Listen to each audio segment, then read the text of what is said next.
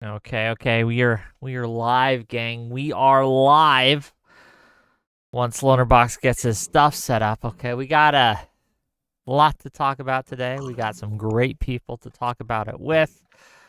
Welcome to yet another episode of Wick TV. It's a cross-ideological space where we come together to talk about issues both political and cultural, from the silly to the serious. We are going to be talking about U.S. intervention. U.S. as the world police. Recently, Donald Trump decided to bomb Iran, to strike at Iran's nuclear facilities in order to intervene and stop them from gaining a possible nuclear weapon. Was that the right call? Is this something that the U.S. should be involved in? World policing the world stage. Should we go even further? Should we go for regime change in Iran? What about other areas in the world? Should we be protecting Taiwan? Should we be involved in Ukraine? Should we be involved in Israel at all? Should we divest from these things? We're going to talk about it all. We got some great guests, and I'm going to give the mic to them to kind of give their stance, give their thoughts, and we'll get into it. First and foremost, we're going to give the mic to Mr. Soy Pill himself. Give us your thoughts. Give us your take. Go ahead. Yeah. Hi, everyone. I'm the Soy Pill. My take on this is super simple. I'm not pro-intervention in every single possible case. Obviously, the Americans have done awful things, regime change in places where there shouldn't have been, Iraq war. However, I'm very much pushing back against the anti-intervention populist brain rot that has existed in this space as of the last 5 to 10 years, both on the right and the left. There's plenty of places where America has the wherewithal and the power and the responsibility, I might even say, to intervene, whether that be with U.S. aid, whether that be to help stop genocides like in Kosovo. And I think that there are just a lot of good ways that we can use the biggest military in the world to actually do good things rather than just horrible, awful things. So anyone who says America first, intervention bad, I very much vehemently push back against. There are plenty of places where we can intervene that are good things, and I think that we should support them. Okay, well, thank you for being here. We'll get into it as we go. Next up, we got Tim Imholt. Tim, how you doing? What's up? I'm doing well. So I love the buzzwords brain rot and other stuff that get thrown around that are just getting kind of old and stretched out. But when it comes to intervention, we've done it too often. We've done it too easily. We've just flipped a switch and said, hey, let's go off and start, invading other countries and, doing regime change. We are not designed to be the world policeman. We should not be the one who gets to unilaterally decide what happens where. There's supposed to be international coalitions on these things. And I think the days of us being able to say, I don't like what's going on in that country, let's just send the military and get it over with. That needs to come to an end. And people need to really wrap their freaking heads around the fact that the military is designed to do one thing and one thing only, and that's to kill people and destroy stuff. They don't have any other mission. Okay, well, thank you for being here. We're going to get into it, I am sure. But first, we have to pass the mic to Mr. Lonerbox. Go ahead. Hey, I don't really think that it makes sense to talk about whether or not America should intervene / shouldn't, because obviously there are some cases where it makes a lot of sense, like Kosovo, and there are some places where it makes no sense at all, like Iraq, and this happened very close to one another. Yeah, America is responsible for a lot of disasters in the world. They're also responsible for a lot of good things in the world. They saved the day in World War II. They saved the day in Kosovo. They're obviously quite helpful to Israel in the Middle East. I think we're just in a situation now where, like, international trade and international politics and international relations is a thing. Like, countries are not isolated unless you're Bhutan. America is one of the most the most successful economy in the international market, and that is not completely disconnected from their military endeavors either, from their ability to offer security to their trade partners, to make guarantees to certain nations for their security that would otherwise be taken up by America's rivals, say like China. So I think it's just something that has to be done. It needs to be done carefully, obviously, because military intervention is a really big thing. But I think the alternative to America intervening in the rest of the world in the ways that it does, militarily or otherwise, is probably not one that I would like to see anytime soon. Okay, well, thank you for being here. Welcome to the show, and we will get into it as we go. Next up, we have first-time guest on my show. We'll see how he does. Bito, tell people who you are, why we should listen to you. What are your thoughts on intervention? Go ahead. This is my first formal debate ever, actually. So bear with me if I'm not going as fast as I could be. I don't have as much knowledge as I think everybody else has in here, but what I have is a question that I think we need to consider before we can consider whether individual isolation or intervention is considered good or bad. And what I'm asking is this: is if we are to take an action, we need to consider whether it's necessary or not. And when we have a purpose associated with government, it has things that it must do and things it must not do.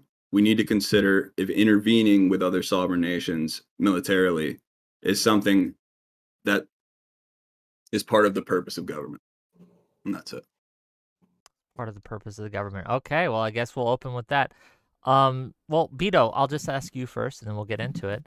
What do you think here? That's your question, but what's your answer to it? Is intervening, does a government have a duty to intervene in foreign affairs to any degree, or at any time, or at any point? What do you think? And I don't see where they are granted the authority with individual sovereign nations. I don't understand how sovereignty could be a concept that is only upheld by people not willing or capable of fighting back against attacks against its sovereignty. Interventionism is only possible because the countries we attack are not capable of declaring war. So we obligate them to whatever harm we cause them. So I guess I don't believe in interventionism because it doesn't follow. It's not self-consistent. We can't hold ourselves to something that we don't hold other countries to. So just in like the most defensible examples, like for example, the Bosnian genocide, where both of those countries are incapable of fighting back against America. We deem one of them to be the morally, righteous one that is being acted upon, and we decide to defend them. Just because those people couldn't declare war in America, would you then be against the stopping of said genocide, just on principle? No, because I believe that, or actually, I don't know for a fact, were they asked in any capacity to come to the aid of the people who are being... Let's just say they weren't. I mean, I think they were, but let's say they weren't. Let's say they were just getting acted upon and they didn't ask for help. Like even if we just see it as a moral injustice, like, do you not think that we should go in and help those people? Just because they couldn't fight back and the Serbians can't fight back. I mean, it seems like a very when I said brain rot at the beginning, I know Tim took issue with that. But the reason I do is because this is such a dogmatic, absolutist take that doesn't make any sense. There are clearly reasons where you would in real life act upon someone. Like if two kids were fighting, you break up those two kids. Just because they couldn't beat you up doesn't mean that you shouldn't help the one who might be being acted upon. It's just a very... I can't do this because acting upon another person is bad in principle, which doesn't really make much sense to me. I think with the power to help someone, we should help someone. That's a very easy take for me. So let me pose that a different way. Okay. Are we is this country the ultimate decider of when we should be able to go in and use force to stop two other people from shooting at each other? So let's say, pick two random countries. Let's say that Luxembourg decided to fight whoever their closest neighbor Belgium. Belgium, yeah. It's a silly example, right? Because Luxembourg is too tiny to care. But let's say those two countries were fighting each other. Is it up to us our president gets to sit in the Oval Office and go, you know what, I'm going to go send the 82nd Airborne and sort this stuff out? Or should there be a coalition of nations that gets to decide, hey, look, let's put some stuff out. Let's actually, discuss this. Try to get people to back off and then send in force. Too often, what we do is go, you know what? It's Tuesday afternoon. I think it's time to kind of, these guys have been at it for a long time, and now it's time. They finally crossed the line. Now we're going to go in. And we do that stuff unilaterally. And that, to me, is the problem, is that we shouldn't be the final arbiters of what every other nation does. I agree. In an ideal world, this could be something that's more based on coalitions. And for example, the Bosnia genocide wasn't a strictly U.S. unilateral thing. This was like based on agreements from the NATO and UN and assisting and saying, "Hey, U.S., you are part of this. We're going to be using your military to do this." The unfortunate reality is we are the biggest military and we are the most powerful country. And if you say, "Oh well, we shouldn't be," like maybe I can imagine a world where the U.S. Is able to do the best things and none of the bad things because we're beholden to these other countries. And I might agree that's probably better. Although some might argue that the ability to veto and people like, when we're in these big coalitions and other countries can vote down what would otherwise be a just thing in your and my eyes is kind of bogging it down in bureaucracy. Maybe the trade-offs of the bad things we do aren't worth the good things that we can do by subverting the UN. But that's kind of ignoring the fact that like this still means that because we can, we should. You're kind of just bearing the lead of, well, I'd rather live in a world where the U.S. wasn't the most powerful military. That's not what I said at all. That's you twisting my words. Okay. Okay. Well, I'm not trying to strawman you. That sounded like what you were trying to say, but please clarify. I'm not saying at all that we shouldn't be in a position we're in. I'm saying we shouldn't decide for other people what their future holds. That we should not be the final line in the sand that says, hey, I'm going to go off and do things, and if the U.S. likes me, I'm okay, and if the U.S. doesn't like me, I'm totally screwed because they're the big kids in the room, right? So. Because what that does is it sits on a very slippery moral slope that says because we're the biggest and we're the nastiest, militarily speaking, or could be, we have the right to tell everybody else on the planet what they should and shouldn't do. Because if you don't pay attention to us, we're going to come beat you up, right? That's the problem to me. That it's not. I'm not saying we shouldn't have that power. I'm saying we should never ever freaking use it without a coalition of nations behind us to say, let's go do it. And yeah, if you come up with examples where we've had coalitions, we've gone in, for instance, Gulf War I, where Bush Sr. had pretty much every nation on the planet agreeing this needed to happen. Gulf War II, completely different world. But Gulf War I, we had a large coalition of nations behind us in that case. And we went in and we did what we needed to do. World War II, we had a coalition of nations behind us that said we need to go do that. We were attacked. They were attacked. We went out and solved that problem, ultimately, after millions upon millions of lives lost. Now, since then, we have all these little pop-up things where we love to like drone people and do other things because we decided on a Tuesday afternoon that person was, a bad person.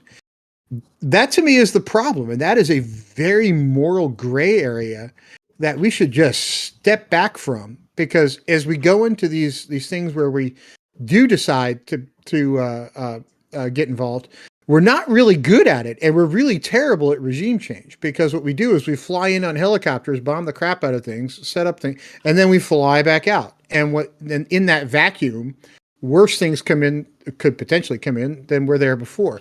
So we do it wrong because we kind of do it on our own. And then when international pressures come in behind us and go, oh, you shouldn't do that. We back out. Okay, that's fine. We shouldn't have been there. We left. But we got to stop this let's intervene everywhere all the time thing because we're really terrible at doing it. And what we're doing is causing problems all over the world. So just really quick, because it seems like you've baked in like all the worst things into the concept of intervention period, because I agree we are not great at regime change. I agree I don't like the way that we've subverted democracies or used the CIA to coup governments. And when I'm arguing pro-intervention, it's not that thing is good. It's that intervention in general is something I think we have a responsibility to. And just because maybe we will have a check or a balance on that, which I might agree with, does not mean that we should just be anti-intervention. So what I would ask you is like, are you anti maybe US aid? Are you anti-us, like any sort of soft power that we do? Are you strictly anti-regime change? Because we might agree more than we disagree here. So I think we should stay out of. So it's a little bit different when you get into the sort of the soft arguments, right? So should we be able to go into other countries and educate their population, help them with whatever they ask for help with? Sure. Should we go in and force that? That's another question. So let's say we go into a country and they say, we don't want your US aid. Do we force it upon them? No, I don't think so. Well, okay, but there are examples of when we do that kind of stuff. It's like, oh, if you don't take our aid, we won't help you over here, right? So we kind of hold on. Yeah, Tim, just for the sake of the conversation, I want to get the other players in as well at a certain time. But can you give us an example where we forced our aid upon a country that just didn't want it? I'll have to think about it for a minute because I'm sure there's an example, but I'm not coming up with one on the top of my head. But Okay. I know the federal government does it with states all the time, where it's like, oh, we'll restrict your highway money unless you do something the way we want it to, right? Which does rip away states' rights. And I'll let other people respond while I think of an example of that, but that we've done on an international level. But I do know that the CIA, you brought them up, we have been involved in how do we go in and affect the outcome of international elections. But then at the mere thought that Russia might actually, and I'm not saying Russia should be able to, and I'm not saying we should do it, but at the mere thought that, oh, Russia might have bought some campaign ads for somebody, then we all, throw a hissy fit. Well, we're doing it around the world, right? We're putting in campaign ads all over the world. Or we're putting money into campaigns for people we think should win. But when people do it here, well, no, you shouldn't do it. We should do it, but not you, right? That's one of those times when I think we become very arrogant. But I'll let other people talk, and I'll think about your question. I want to hear from Lonerbox and Bito, and we'll get into it. I mean, it's probably better. So when we're talking about coalitions, obviously that could be NATO, it could be the Security Council, although it seems like even seeing whether or not it's unilateral doesn't necessarily always map onto how successful or justified the act was, right? Because Kosovo did not have approval from the Security Council. It was a NATO act, just NATO, mostly spearheaded by the United States. And that was like one of the most successful interventions by any country on anywhere ever. Like Kosovo is probably one of the most pro-American countries in the fucking world. It's probably more pro-America than America is. We don't have a Bill Clinton Street here. They do. Yeah, you don't name your kids Bill Clinton, right? Or Tony Blair. Yeah. Whereas Libya did have approval from the Security Council, and it was a total disaster. So obviously it is better to have some kind of like international approval, but then I think with examples in the 90s, one of the reasons that America was so impatient when it came to Kosovo was because of the failures of the international community to intervene in Rwanda. Like that was already still fresh in people's memories. So international like barriers can actually be a very obvious hindrance in hindsight. So it's quite difficult to always ascertain, which is why I think it's always better just to go with case-by-case examples because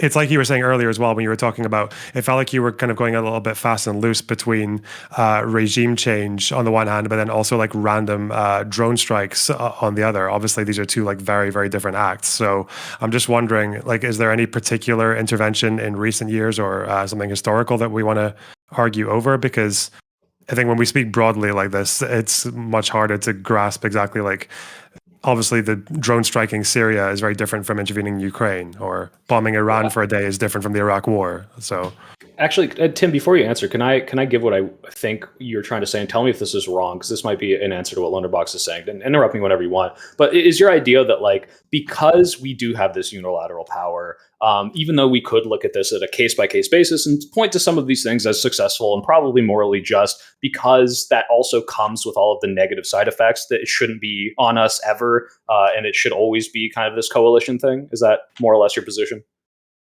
Yeah, I think we should focus more on getting those sorts of international coalitions because, like when you look at, like, go back to the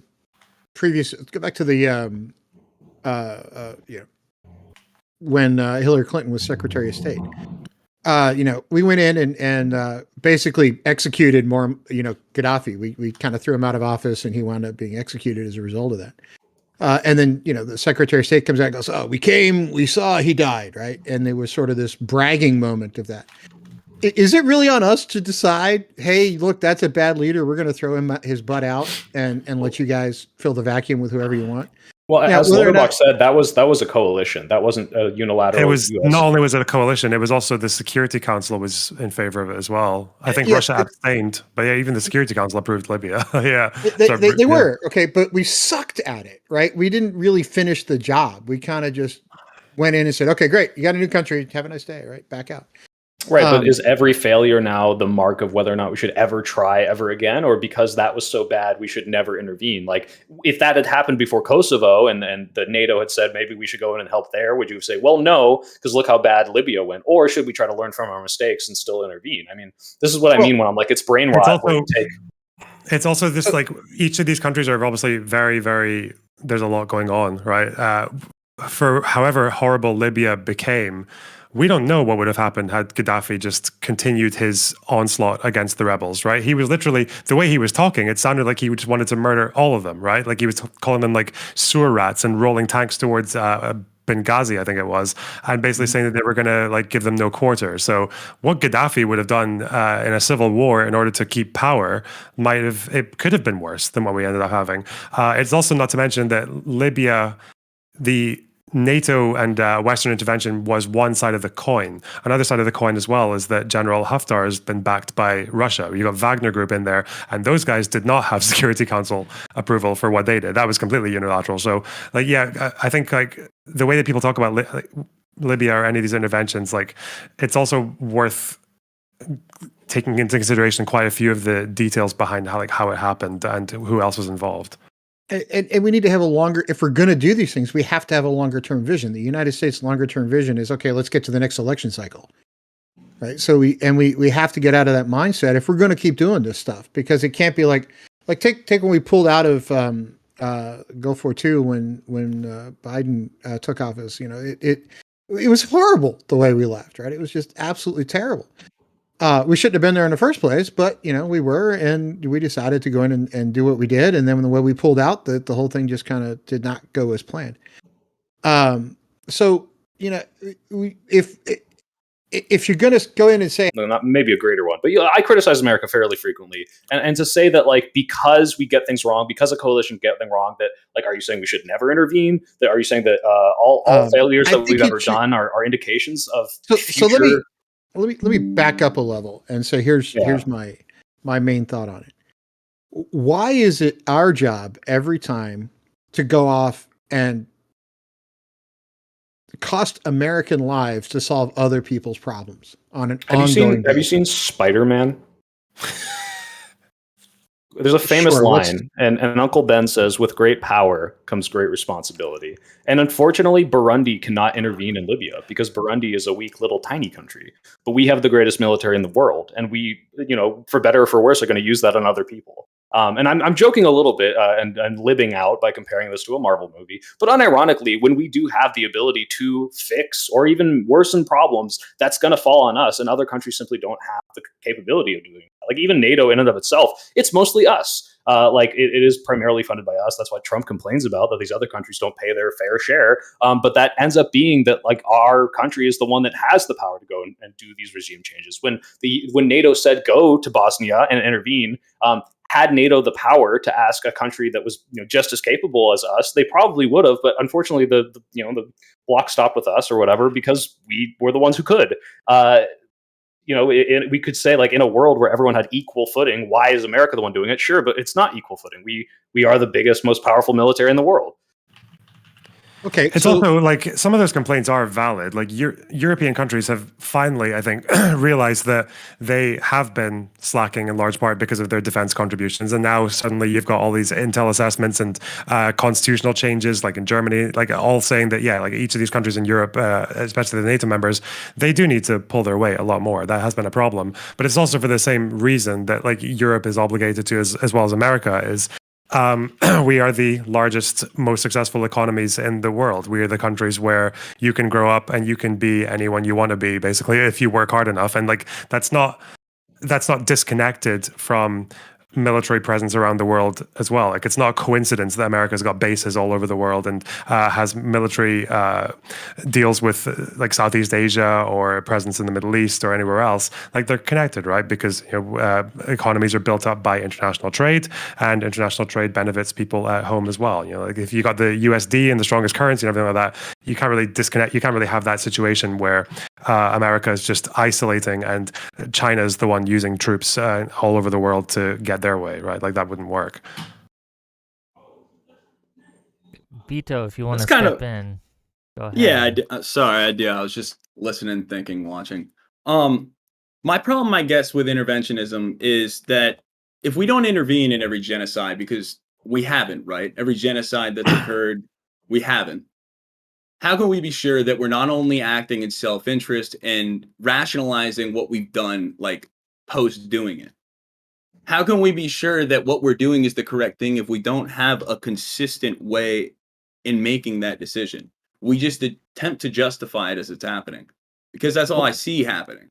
To be clear, you're not wrong. yeah. If you look at U.S. aid and if you look at like a lot of our military invention, this is not some moral like thing that's coming from the top down of like, well, it's the right thing to do. As much as I wish it was, we don't stop the Uyghur like persecution in China. One, because China has nukes. We don't save the denizens of North Korea because they have nukes as well. We do it for our own self-interest. U.S. aid is not because we love giving out aid.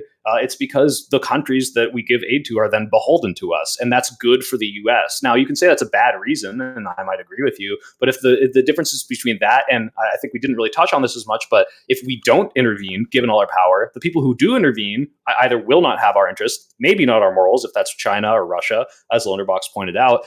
They also will then have those relationships with these countries that might benefit them, whether that be resources, peoples, or whatever other thing that like becomes a mutually beneficial relationship. We're ceding all of that. Now, yes, I wish we were just a moralistic country that stopped every genocide because genocide is bad. We don't. I think we were very inactive in the Rwandan one, if I'm not mistaken, or at least NATO or the UN was very slow to react to that.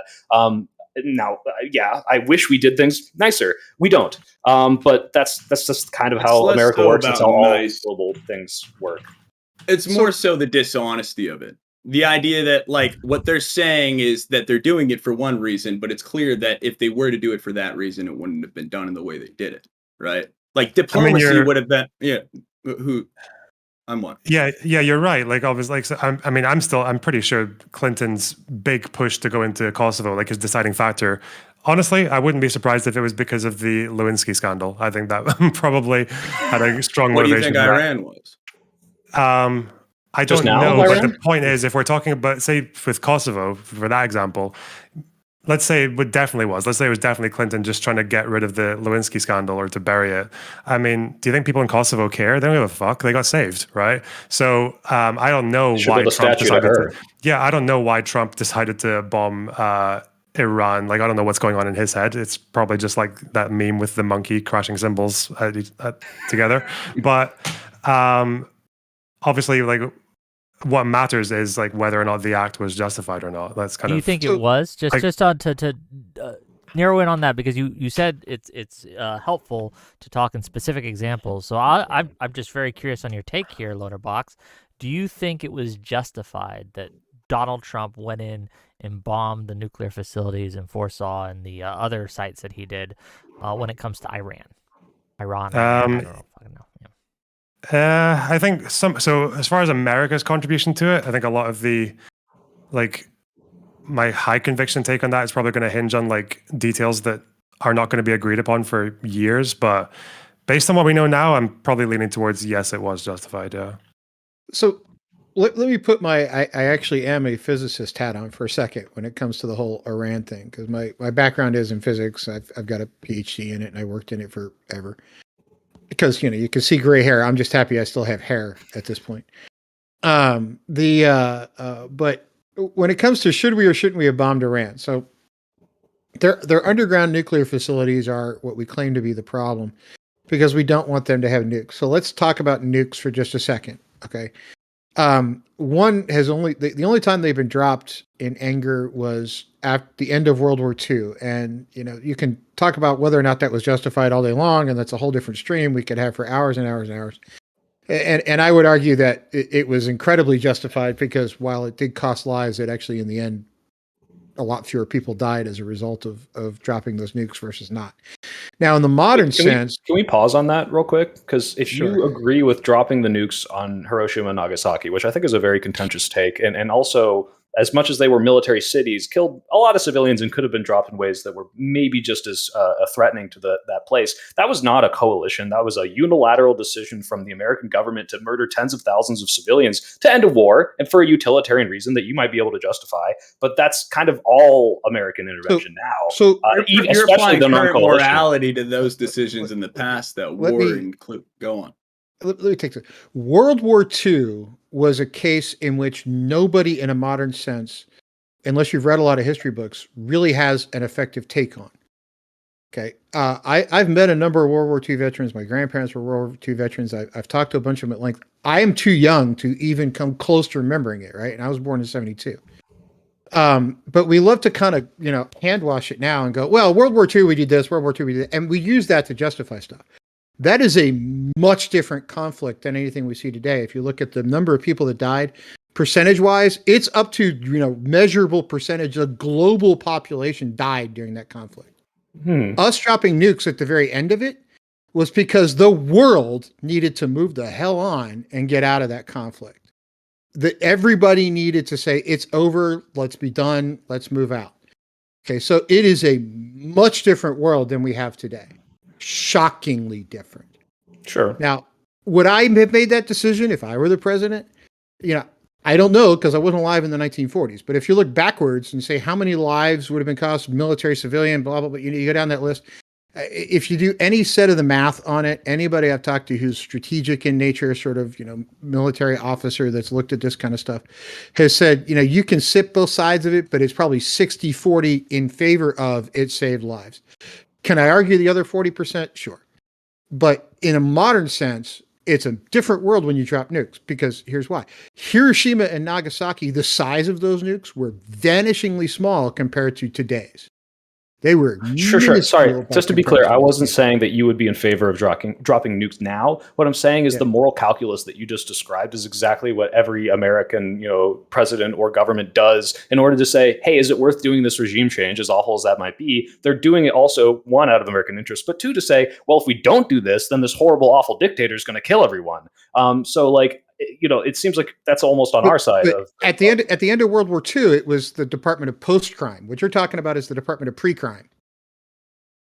Right. So you're trying to say, they were saying we would have had to do a land invasion and they wouldn't surrender otherwise, which will kill X million American troops and Japanese civilians. Therefore, it is okay, trolley problem wise, to do this. And that's, again, what we do here. There's already wars happening. There's genocides happening. There's places where we're intervening. It just seems like not much has changed. It seems like your argument as to why this is different is just the scale would have been much bigger. And I don't think that's a very strong reason to the scale was shockingly different. So let's take it another way. But if you want to talk about scale, so a bank got robbed in Dallas today. Now, for all banks are going to have this new draconian security problem that you can't get inside without fingerprint, blood samples, 2 stool samples submitted to make sure you actually belong in there. Right. So you can have a scale argument all day long, but World War II was a massively different scale than anything you see today.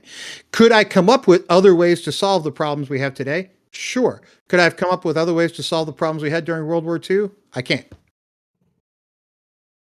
Okay. There's a big difference in between. I do want to kind of get us back on track a little, right? Yeah, sorry, that was my tangent. Yeah, I was trying to go back to Iran. It's fine. Yeah. So finish the point with Iran briefly. Yeah. There's 2 kinds of nuclear weapons in the world, right? There's the kind you make with plutonium and the kind you make with uranium. And to get uranium out of enrich, purify uranium enough to get to weapons grade, it's a whole huge problem involving centrifuges, because all uranium chemically kind of acts the same. So you need different weights, and it's a whole different physical separation process than it is otherwise.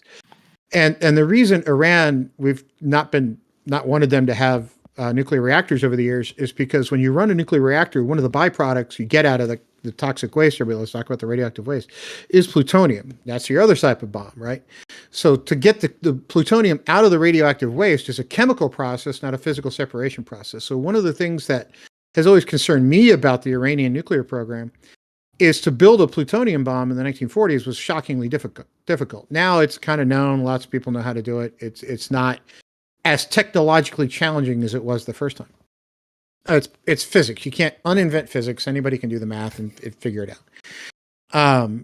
Now, to build one of those, at least a primitive one, that's pretty easy if you have the material. Getting the material is very easy. Building a uranium bomb is shockingly easy to do, but getting the material is really hard. So, is everybody here aware that the world's first test of a uranium bomb was actually in Japan? Mm-hmm. They never tested them in the desert. Yeah. Everybody knows that? I do now. I actually was not aware of the distinction. That's how easy they are to set off, because you just need 2 subcritical masses. You smack them into each other hard enough. Boom, you get a nuclear reactor reaction and it goes off. Okay. Plutonium bombs are the implosion devices, a lot trickier to make. Now, the uranium program, uranium, Yeah, the let's Iranian tie this program. into interventionalism. Like the history lesson is great, right, with the physics and I'm stuff like getting to that. But I want to know: should we have bombed Iran? We should have taken care of Iran 20 years ago. Now the only alternative left is just to destroy the crap out of their nuclear program. But So 20 years ago, we pro kind of that? let it go. Huh? So you are So you are pro bombing Iran. intervention to bomb Iran. There's a difference between intervening and putting troops on the ground and boots on the ground and all that kind of stuff, and dropping some bunker busters. Define The trouble is, the difference. I'm not sure we hit it. So. Yeah, what's so you're just anti-American lives being risked? As long as Americans can do it from a desk or from a plane, it's totally okay? I'm confused because this is now completely different from an intervention question. Well, it seems like you're pro-intervention. See, nuclear is a whole different world. I don't think it actually falls in the let's go and deal with regime change and all this other crap. We should have handled it a very long time ago with an international coalition to get in there and actually solve this problem. And we didn't do it. We kind of went, oh, that's a lot of work. I don't really want to feel like it. And now we've got the regime change that we did in Iran that didn't end up working out. No, we shouldn't go in it. I'm not pro us changing other people's governments. I don't think we should play the role of we get to decide what government you have. Well, then why do we get to decide whether or not they have a nuclear bomb? I'm so confused as to what your actual position. It seems like just like us, it's a case by case subject for you, which is what our position is. Right? Changing a regime is not the same as okay. And also look at it another way. Iran with nuclear weapons has had stated purposes for them for years. They're like, hey, I know how I want to use it. Right? We know exactly where we want to put them and where we want to set them up. That to me is freaking scary. Like the North Koreans, they have nuclear weapons and they don't really have a plan to use them. They just have them there to kind of flex strength. Iran has, but how is this providing evidence for our side?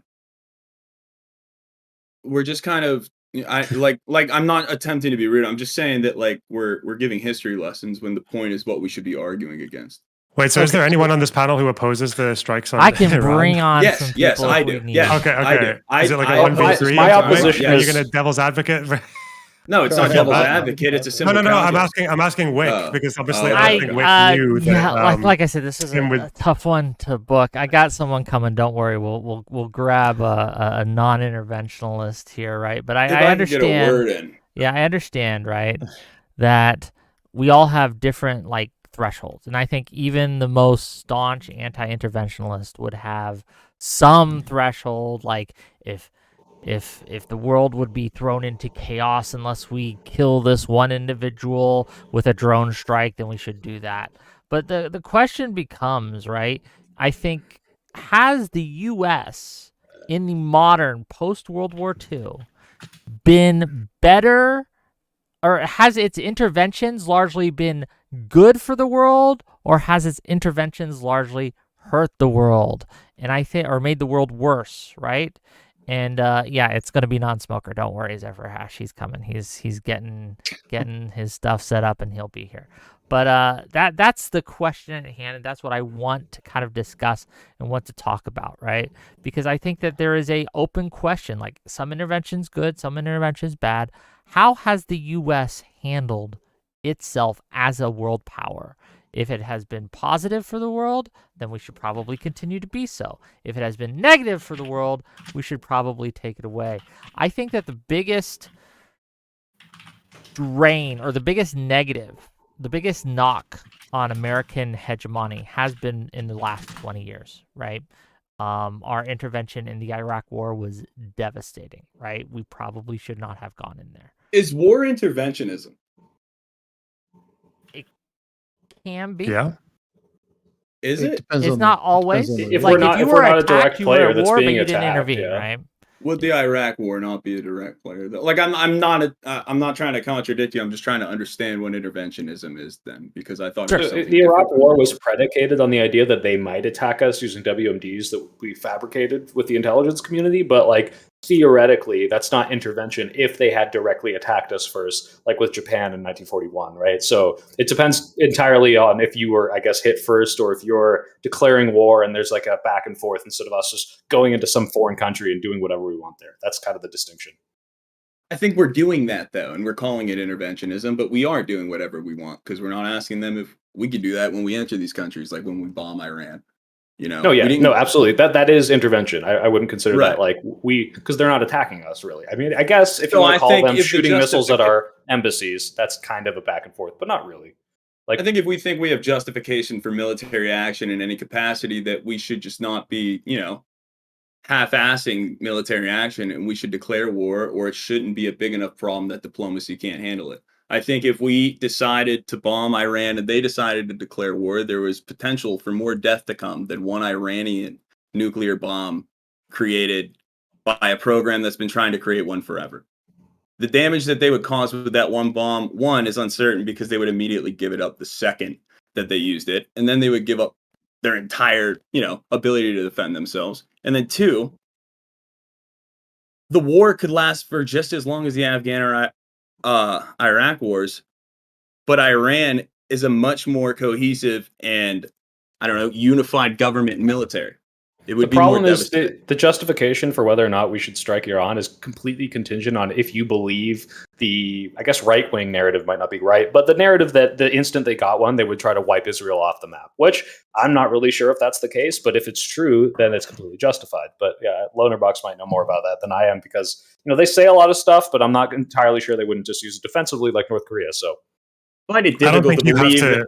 I don't Sorry, think go you ahead. have to believe they were definitely going to use the nuke as soon as they got it. You don't have to believe that. You just have to understand that given their rhetoric, given their displays of intent with the supporting the proxies, and given the fact that it's a nuclear weapon, then even like a 1% chance of them actually getting it and using it right away is like, to me, that's enough. I don't know why like Can I a ask a threatened question? country should actually pay that price for that behavior. Like, What was the potential death toll in the war that could have been caused by the attack? Wait, quick question. Why is Israel's rhetoric not like indicative that they're going to use nuclear weapons, which they already have? because they don't test ballistic missiles and say that they're specifically being tested to point at this particular country. It seems that with Israel, Arab neighboring countries have choices. They can recognize Israel and make peace deals, and they have done with Egypt and Jordan, and obviously Israel's not really causing much of a fuss with the Emirates or Saudi or Bahrain or anyone else. With Iran, their hatred for Israel is unconditional, all the way back to Khomeini's governance of the jurist, which is kind of like the ideological foundation for the IRGC and for the regime. They believe that the Islamic world has been at war with Jews for over 400 years, that it was Jews who started to break down and fracture the Islamic world with propaganda, and the first path to redemption for the Islamic world is to overcome the little Satan, which is Israel. So that's like, Yeah, but there's are not you really familiar anything with Israel the can do clean to stop break that from memo? happening. Are you familiar with the clean break memo from the 90s? Yeah. Well, so I mean, I guess that's what I mean by Israel's rhetoric. I mean, if you look at Israel's rhetoric under Netanyahu, they've kind of expressed a clear preference for regime change around the Middle East. They're allowed so to do you have understand nuclear that- weapons. I'm sure we There's agree no that regime restrictions on change that, is- and they're not even part of the NPT like Iran is.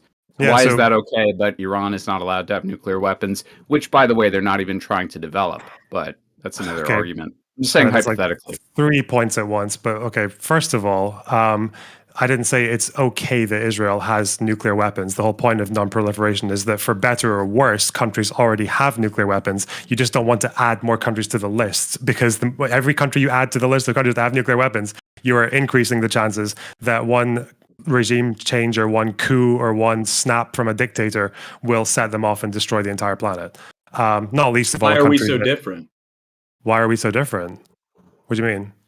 we're not different is his point. Are we The not point is susceptible? just we I'm saying should. we're not different. Oh, okay, we're okay, not okay. different. So, Sorry. but the problem is that once a country has nukes, it's kind of hard to get rid of them, right? Whereas it's easier to stop other countries from getting nukes. That's the whole principle of non-proliferation. So I don't think Israel should have got nukes in the way that they did. Of course not. I'm pro NPT, but they have Who them now. benefits the most from new countries not getting nukes? Everyone. Everyone.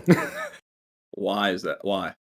Because every time you introduce one extra country to the list of countries that have nuclear weapons, every country, especially countries that can be volatile, you are increasing the risk that one of these countries will go through some chain reaction of events that sets it off and actually results in the first use of nuclear weapons. Do you believe So, that nukes are the largest ever weapon that will ever be created?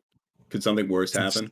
Does that matter? I'm sure something worse could happen. I don't know if there needs to be a larger No, weapon, but I- okay. So wait, I was So, addressing. I- I was I- certainly bioweapon looking Hold on, there. one at a time, one at a time. Let Lonerbox finish his thought, then we're gonna give it to non-smoker. Sorry, I forgot blanking on your name. Sorry, I got a little, Yeah, I was addressing a few things at once Yeah, there. please. First of all, the clean break memo. Okay, we can go into how much this was actually like any state policy from Israel or America or anything. We can go into the details if you want, but at the end of the day, even if I take your word for the clean break memo, we can say that we can agree that wanting regime change in countries that say they want to destroy you as a country is probably a bit different from just wanting to unconditionally destroy a country. These are not the same thing. In any case, as for Iran and whether or not they were pursuing nuclear weapons, you were very confident in saying that they definitely were not. Maybe want to understand why you seem to disagree with the words of the IAEA or anyone else who was actually involved in assessing that from Iran, because they did not say they're definitely not building weapons. They said that because of the restrictions on inspection rights and surveillance from these organizations, they could not make a determination on whether or not Iran was developing weapons or not, because there are plenty of facilities and underground areas, even next to Natanz, that are not fully accounted for. So that's but this not has been an actually the ongoing case. discussion, as I'm sure you're familiar with, for years. The projections were at one point Iran would have the capability of producing nuclear weapons as early as 2012.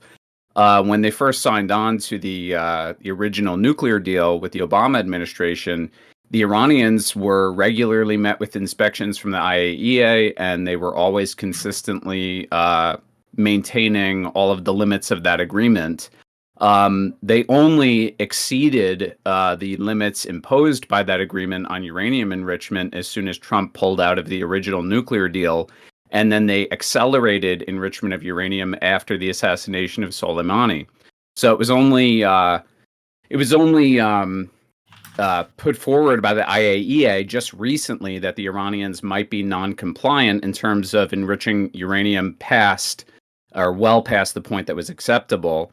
But there was never any confirmed evidence that the Iranians were trying to develop a nuclear weapon. The inference one could make is that they're trying to enrich uranium more and more and more as a negotiating tactic to force the U.S. back to the table to sign another agreement, which it looked like they were almost successful in doing. That wasn't until Israel attacked them.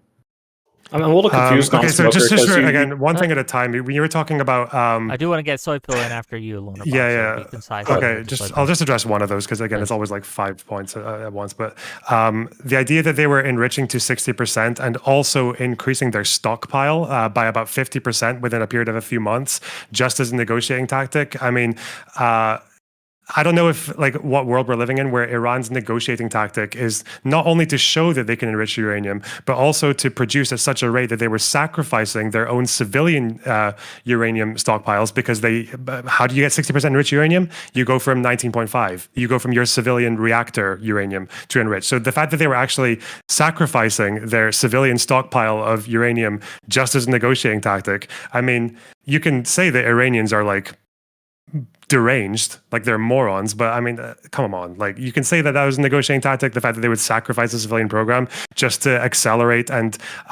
enrich at that rate in that quantity, or you can maybe there's something slightly different going on there. I mean, there's multiple behind the amount that they're doing the it. Iranians have uranium stashed places and are enriching in places that inspectors are not aware of or that they can't find. So if the Iranians just wanted to enrich as quickly as possible to reach over the 90% threshold, don't you think they probably would have just done that underground and not shown the inspectors, instead of showing the inspectors that they were enriching past 60%? Okay, so the things that the inspectors can notice is enrichment and centrifuges. That seems to be the one thing that they do have quite the access to. Now, you're right about storage, but again, I don't know what world we're in where they can actually get away with taking a few, the number of centrifuges required to go from 60 to 90 and that not get noticed, because obviously you can detect enriched uranium in particles. So I think it makes sense that they would go up to 60. And again, whether that was saber rattling or not, we don't know. The IAEA said they don't know. They don't have the information. None of us know. I'm just saying it's an inference. But who should? So for Israel, okay, them accepting that is like, okay, well, there's a chance here that they're just saber rattling, or there's a chance that they're doing this with the logical conclusion of getting a weapon. And we don't know if they can get to that breakout period and then make the weapon and store it before there's actually a chance to retaliate and stop it. And then the risk is that Iran's got a nuclear weapon now, a country that wants to destroy them. I do want to give so who other should pay people the price for that behavior? I do want to give other people a chance in here because I brought non-smoke rings because it was a little mixed up on stances here, but we got some good mix now, and I want to give a chance for Soy Pill here to get in there. I want Tim to be able to get on here, and Bito to get on in here too, and then I'm sure non-smoker will have words for everyone here, but go ahead, Soy Pill. Yeah, Loner pretty much said most of what I was thinking. I mean, it seems like non-smokers being incredibly charitable to Iran, and that might be the case. You might not be wrong. Maybe they are just saber rattling. The point is that we don't know.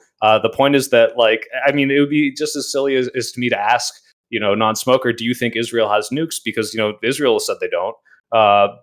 That doesn't really matter. What matters is the independent investigations that we do. What matters is what we know and how we can act upon that. And the idea that, like, well, they're just, they wouldn't use it if they wanted to. Like, we don't know that. No one knows that. And we, unfortunately, as much as, it sucks, everyone spies on each other, and they've got Mossad people deep into Iran, and they probably know way more than we do. And maybe they're lying. Maybe Israel is lying about Iran's capability. It's completely possible. But all of this to, like, take a step back and say whether or not we should intervene, my stance on this is completely contingent on whether or not we know for a fact that Iran is going to have some sort of chance of getting one and using it. And to just give them the benefit of the doubt is simply not how you do geopolitics with a country that says we want to destroy you. So I just don't see that like sacrificing the long-term potential diplomacy that could be had by destroying a program that wasn't obviously or proven to be something that we claimed to be it was. We don't know for a fact they were developing weapons, do we? Do we know that for an absolute fact? Well, I can't fact check the American and Israeli intelligence agency. I can't. Okay, well, I'm saying I'm saying as somebody who isn't caught up, is that the general consensus is we know this to be true? In the same way, we couldn't fact check whether or not there were WMDs in Iraq, which turns out in hindsight, we can say, well, that didn't happen. It's very possible they're lying and making this up for their own interest. And it's possible that they were enriching uranium to the point of what you're supporting, though, is a decision based on conjecture. I'm not, to be clear, I don't know. I've said it's completely contingent on the veracity of those statements. And if it is, it is, but I have no idea. So I'm not supporting that specific strike. Not that without knowing one, but what you're saying is that the idea of interventionism itself is not harmful. Yeah, I agree with non-proliferation. Like, I think anyone should. Okay. Why do you believe that? Well, so your whole thing against it was like, what about the war and how many more people could have died if the nuke dropped? And that's kind of Truman's calculus and why he dropped those 2 nukes in Japan, because he said, well, the ground war would have been way worse. And whether or not he was right, that's what happened, right? I don't think we can look at what a potential... I don't know exactly how they quantify. It's really interesting how intelligence agencies do have plans for almost anything that could happen. I know there was a big stink about what happens if America invades Greenland, and we had a whole plan for it. Now, whether or not we're actually going to do it, I think is probably we're not going to. I hope we're not going to, but they make calculus for all of these things. Like, the president probably has like 5,000 briefs on his desk for every possible scenario. What happens if tomorrow China just starts, invading Taiwan, and at the same time Syria has an uprising? Like, there are plans for all this. I don't know exactly how they're calculated. We usually wait for those things to happen first. No, we absolutely don't wait. Just real quick, I want to give Tim a chance to get in here and have. So here's the reason I think I have real issues with us intervening all over the world. So today's argument is nuclear weapons, right? And at the end of the day, a nuke is just a gigantic bomb. In fact, we built chemical weapons that are as big as the stuff we dropped in Japan, the Moab, and the Russians have a fuel oil, I forget what it's called, but the Russians have one that's hypothermic. Bigger that's the hypobaric. Or whatever it's called. It's massive weapons that are as big as the stuff thermobaric. Thermobaric that we dropped in Japan. And yeah, nuclear weapons are incredibly destructive, but they're just gigantic bombs. The radioactive fallout is a problem. It's indiscriminate. Blah blah blah. So that's today's version of intervention. Is we got to go fix that. Well. Let me put my scientist hat on. The bigger problem you have, if you look at a potential weapon of mass destruction, is bio and chemical. Like, we all kind of learned a lesson with COVID. And I don't want to bring the vid up. That's a whole different video. But where does it stop, right? Today we're saying, oh, let's take out these nuclear facilities because maybe. well, tomorrow is it? Okay, let's go start taking out bio facilities because maybe. I mean, that's literally what we did in Syria because we thought he had chemical weapons. Whether or not you thought that was true, and there's debates on it, but like this is a thing we do. Yeah, it doesn't stop at nuclear bombs. But so where's the end of this, right? Are we just going to keep blowing people up forever because that's just the way it works, and humans are humans, right? That's the plan. So, I mean, sooner or later, you got to say, "Hey, look, I'm going to declare world peace and take whatever the hell it takes to get there, and or at make least sure decide to bomb people for good reason." Why didn't we think of that? Look, at this point, Wick TV is officially declaring world peace. Okay, that's right. We're declaring it. I peace. said it. All you guys should just lay down your arms. Okay, why are we still fighting? Okay, we're good. We're done. You gotta tweet at Israel and Iran right now, Wick. I will do that. Stop. I will at them both, and I'll be like, "Yo, bros, why are you still fighting? I already declared world peace, and we're good." So, right? Yeah, so I do have a response to, I think, something that was sort of asked to me, is about the whole saber rattling versus legitimate threats. Do I know if Iran is just saber rattling, or do I know if their nuclear program is a legitimate threat to world peace? And I would say that my answer to that, I have just as much evidence for my answer as any of you guys. We can go by statements that are made, which, by the way, the Iranians have never, at least the supreme leader has never explicitly stated he wants to destroy Israel in terms of like a nuclear weapon or missiles or anything like that. What the supreme leader has said is that he wants a referendum for the Palestinians to destroy Israel that way. But I would argue that Iran, like every country, has self-interests and cares a lot about building itself up as an economic power and securing its regime through a incredibly powerful military and a secure political system. So given that, the thing that would be in their best interests would probably be removing sanctions, right? That's probably what they're so upset about. So that's probably why they signed on to the original nuclear deal in the first place, to get the sanctions lifted. And then once Trump ripped up the original nuclear deal, or at least U.S. participation in it, thus resulting in sanctions being levied on Iran, and then more sanctions being placed on Iran after the protests in 2023 when that young woman was killed in police custody. That's probably what's making the Iranians so upset, and also wanting to accelerate the enrichment of uranium, sort of as a negotiating tactic to kind of force the Americans into lifting the sanctions.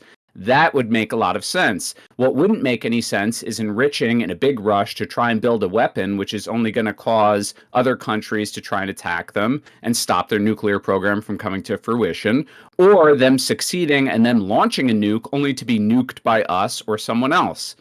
So I don't understand how we just I'm sorry, assume... non-smoker. Do you not understand that once you have the nuke, that is the "you can't fuck with me anymore" tool? Like that's the whole North Korea's. Do you not understand that logic doesn't make any sense? Because if Iran launched a nuke on Israel, do you think the United States?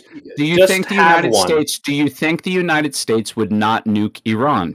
No, of course there would be some awful nuclear so it's not a permanent deterrent. So it's not a permanent deterrent. Do you think the Iranians don't understand that?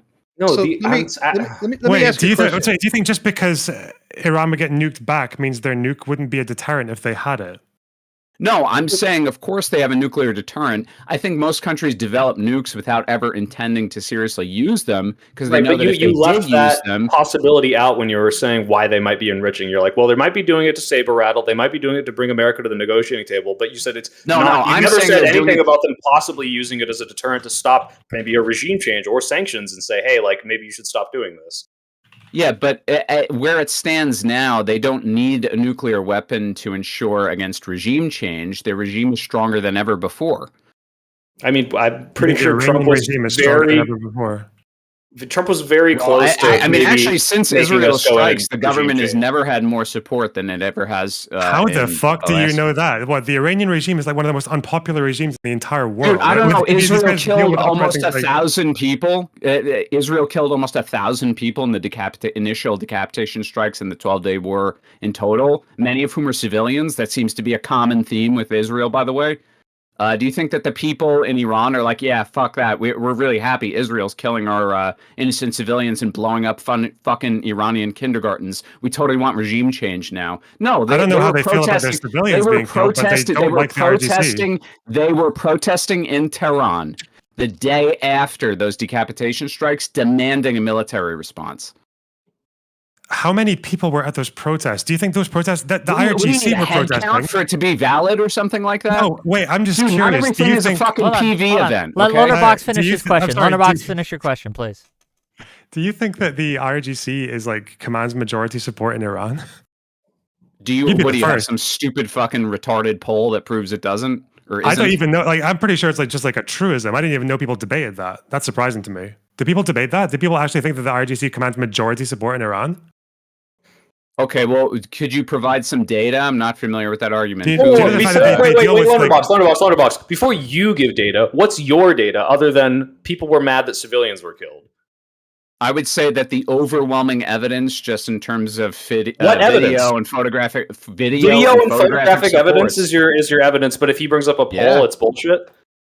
I haven't seen a poll. Have you? So let me Usually- ask You were dismissing usually- any data that he was going to bring up before he Let's said hear the it. If your data. evidence Let's is- hear the I saw data. You had people to on the interject street yourself listening. into this with your nothing because you're fucking making statements. a ridiculous claim that Whoa. we have to counter with real data. No, that I'm you making don't probably a That's valid ridiculous. claim that you don't have any evidence to contradict. And then I'm you're not just making a stalling. claim. I'm just saying It this probably So then claim is shut very the fuck stupid. up. So then shut the fuck up and let Okay, Lonerbox okay, give the okay, data. okay. Reset. Tim's been trying to get in. Let's give it to Tim, then we'll give it to Lonerbox, and then we'll go on. So you said something that I find interesting because I've actually given this a lot of thought because I worked on programs over the years where this was sort of a thing. If Iran built, take any country, let's leave Iran out of this for a second. A country built 2 nuclear weapons and they used both and they had nothing else left in their nuclear arsenal. Do you still think we would nuke? Now, don't answer for Trump. Okay. I want to ask this question in a general way before people jump in.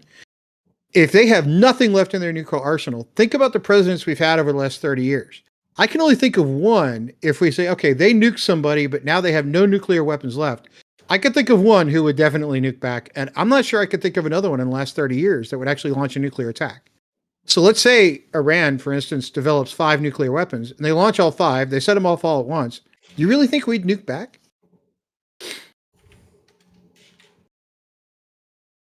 Was that a question for me? I'm sorry. Everybody, anybody who wants it. You don't think we would nuke back somebody who nuked? I'm not us asking. 5 No, I'm times? asking you the question. You don't get to answer me the question, right? I'm asking you. I'm Answering asking for question with a question. clarification. Okay. Go ahead. I'm asking if what I think you're asking is correct by Okay. restating your question. Is it correct or not? Sure. Go ahead, restate it. I'm sorry. Okay, I'm basically what I'm asking is just honestly, I'm lost after that. So do you think if we knew a country had launched all of their nuclear assets, they were done, they couldn't possibly launch another one, would we actually nuke that country back to the Stone Age? Why wouldn't we? You're answering a question with a question. Okay, you're right.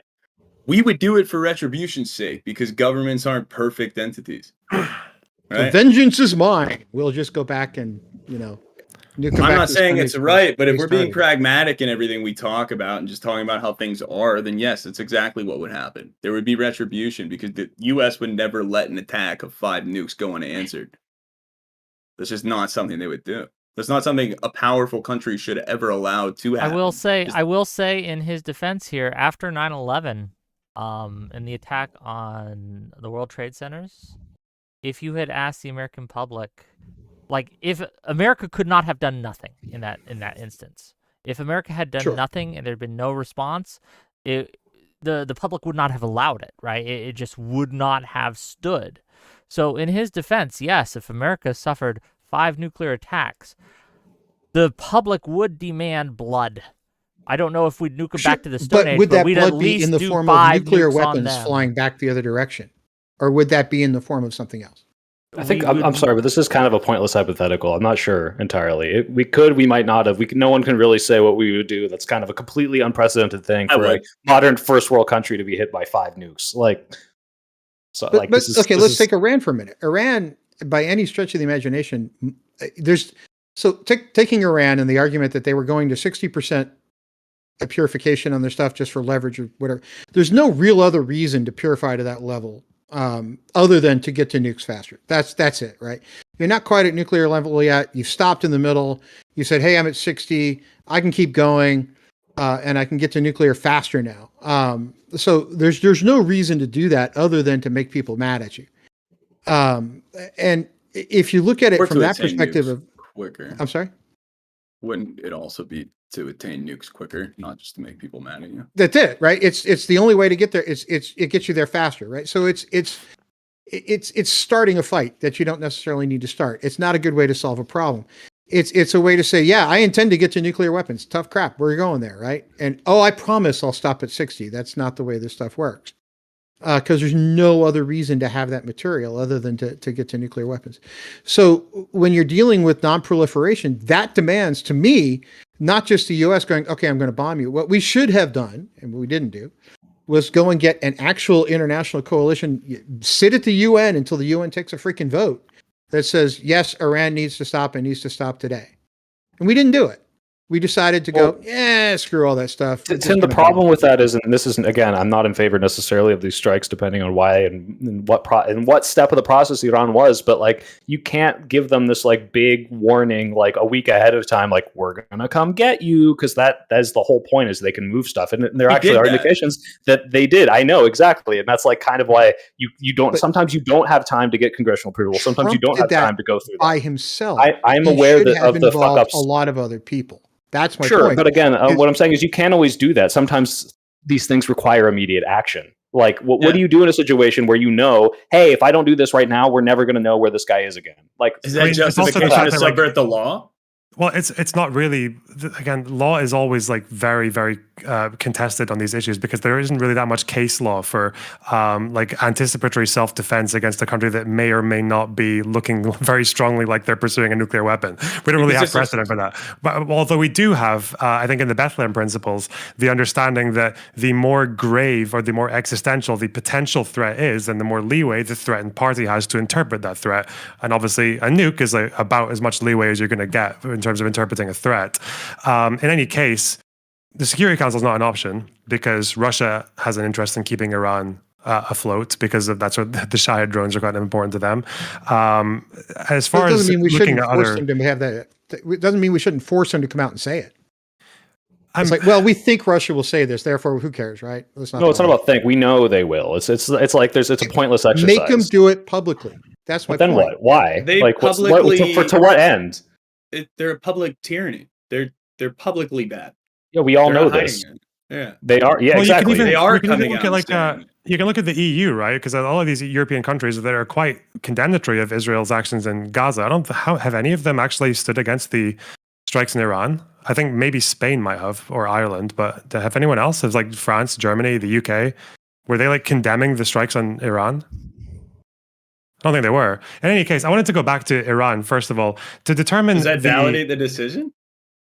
No, I think the decision is validated on the grounds that that Iran was just doing everything that you would do if you wanted to provoke an attack. Like they were fucking around and they were threatening people in a way that puts them in a position where it's like, okay, either I interpret this threat charitably, and the risk is there's a small chance that they get a nuclear weapon and then we're fucked because it just goes underground and we can't stop it, or we bomb them and take out a few sites. Like, I'm sorry, the fact that and Iran puts Israel in that position by threatening them for as long as they have. But in any case, coming back to IRGC, hold on, let Loner ask his question. I'm please. sorry. Yeah, that's fine. Yeah, coming back to the IRGC, obviously it's quite difficult to get like opinion polling on the popularity of a regime in a totalitarian state, but there are ways that people can measure it. One gauge is voter turnout. Usually, like low voter turnout in these elections is an indicator of like disillusionment with the regime because it's always their candidates. That was at a record high, I think, in 2024.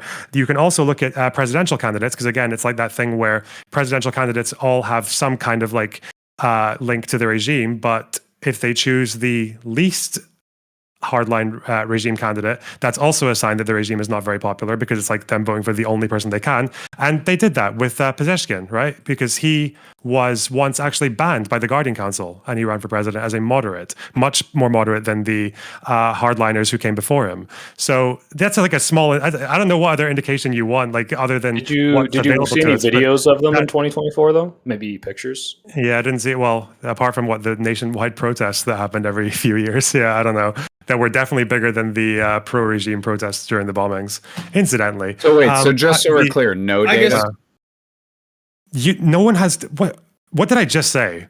Do you think data it sounded like a lot of ways to say you don't have any. Yeah, do you think there should be... No, let Loner answer it. Loner, go ahead.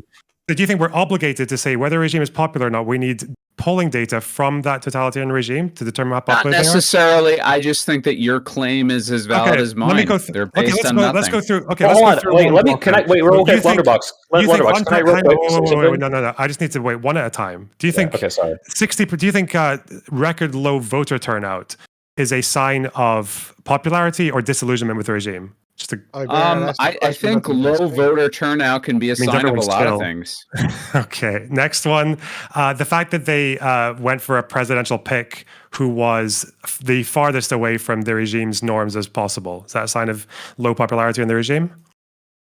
I don't know, not necessarily. It could mean that they want a more diverse candidate in office for one reason or another. I don't understand all the ins and outs of the Iranian people. I can tell you know nothing about the Iranian regime. Like, it's just like it's the least contested fact. You seem to have no data supporting your claim before. I'm just trying to clarify that part. I mean, there are polls that are obviously more so for the audience than anyone else that you have no data. Well, there is. You can find polling if you want. No, there are polls that do show record highs. You're just making broad inferences on other data. No, I'm being very charitable. No, I'm being very charitable. I'm being charitable to a campus dipshit who will not accept any polling agency that isn't one that you already support. So you're expecting me to be charitable to hear your ridiculous PV bullshit as usual. I'm arguing PV has nothing to do with how popular the Iranian regime is and how you measure popularity of a regime in a totalitarian state. Really? And just to be clear, what's your data for that? There are polls. Wait, non-smoker. Hey, what's your data for the fact? Do you think I'm paid by PV right now? I think there's a lot of data showing that you do receive money from PV. Since when? Since I think the last time that was published was like a year ago. So you think I'm still paid by PV now? I would assume so. You were paid You assume in the so? past. Oh, so you have. It turns out that you have no data. You have no data back at this time. What do you think PV's paid in the past? Are we talking about progressive victory in the year of our Lord? I went on PV's channel. Did I ever talk about Iran? You realize they uploaded my content. My content for PV is public. Well, no. When did I talk about Iran? PV streamers have certain things in common. You guys are neocon libs. You always they believe certain basic truisms, like the Iranian regime is not very popular. We share some basic basically accepted truth. So we should practice authoritarianism outwardly on the Iranian people and force regime change on them. When did I say I was for regime change? To organically have a liberal democratic movement in their own country.